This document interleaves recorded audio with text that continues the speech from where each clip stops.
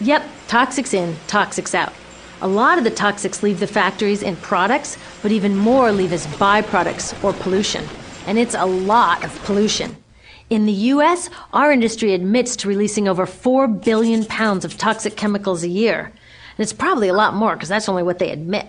So that's another limit, because yuck, who wants to look at and smell 4 billion pounds of toxic chemicals a year? So what do? Move the dirty factories overseas, pollute someone else's land. But surprise, a lot of that pollution is coming right back at us, carried by wind currents. So what happens after all these natural resources are turned into products? Well, it moves here for distribution.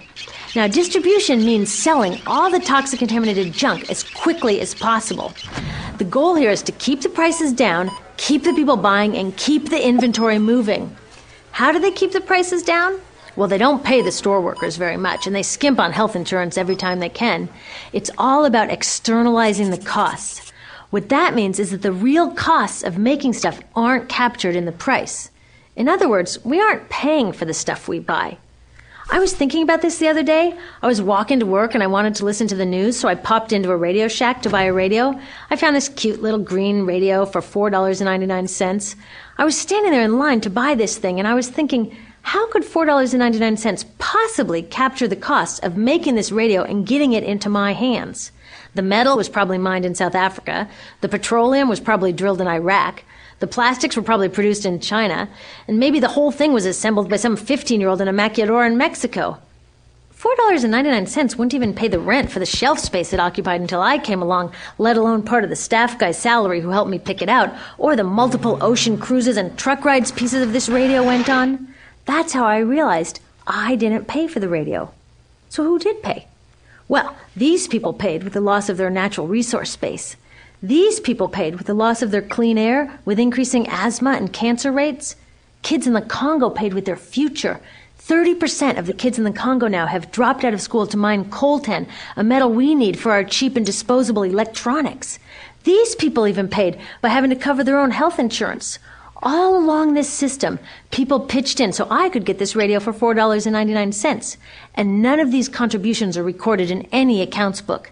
That's what I mean by the company owners externalized the true costs of production. And that brings us to the golden arrow of consumption. This is the heart of the system, the engine that drives it. It is so important that protecting this arrow has become the top priority for both of these guys. That's why after 9/11, when our country was in shock, and President Bush could have suggested any number of appropriate things, to grieve, to pray, to hope.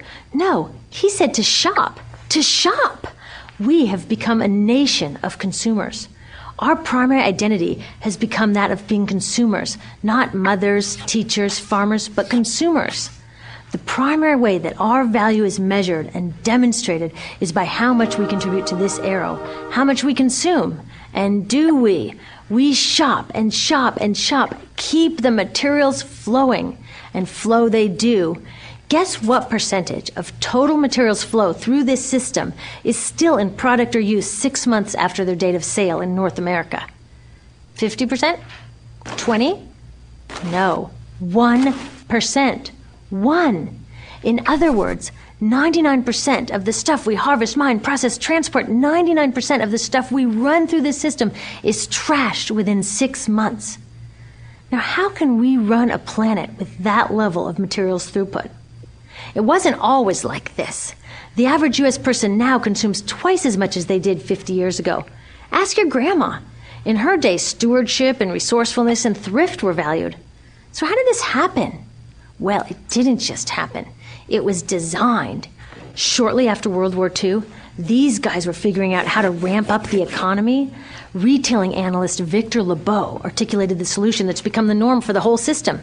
He said, our enormously productive economy demands that we make consumption our way of life, that we convert the buying and use of goods into rituals, that we seek our spiritual satisfaction, our ego satisfaction in consumption.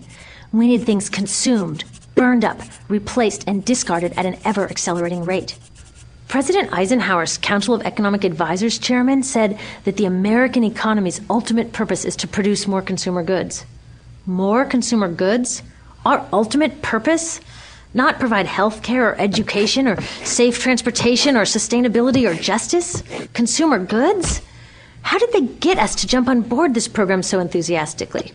Well, two of their most effective strategies are planned obsolescence and perceived obsolescence. Planned obsolescence is another word for designed for the dump. It means they actually make stuff to be useless as quickly as possible, so we'll chuck it and buy a new one.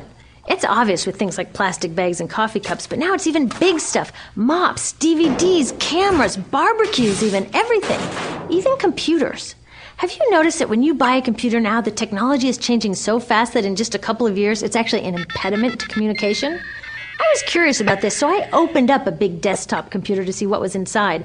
And I found out that the piece that changes each year is just a tiny little piece in the corner.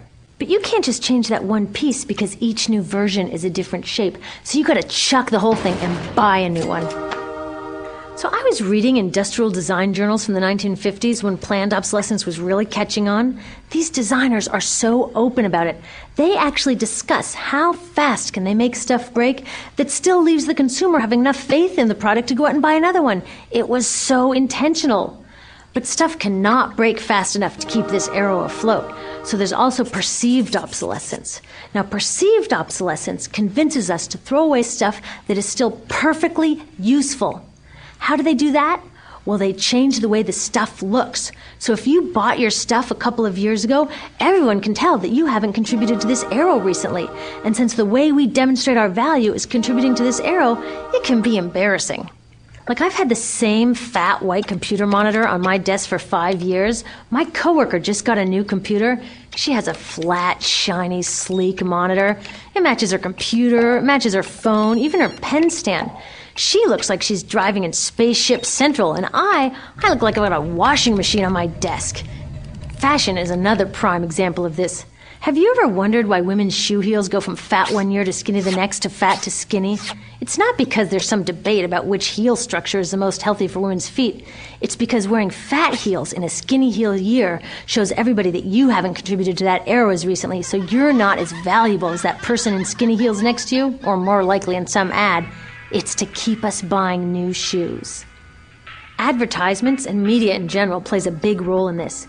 Each of us in the U.S. is targeted with over 3,000 advertisements a day. We see more advertisements in 1 year than people 50 years ago saw in a lifetime. And if you think about it, what's the point of an ad except to make us unhappy with what we have? So 3,000 times a day, we're told our hair is wrong, our skin is wrong, our clothes are wrong, our furniture is wrong, our car is wrong. We are wrong, but it can all be made right if we just go shopping. Media also helps by hiding all of this and all of this.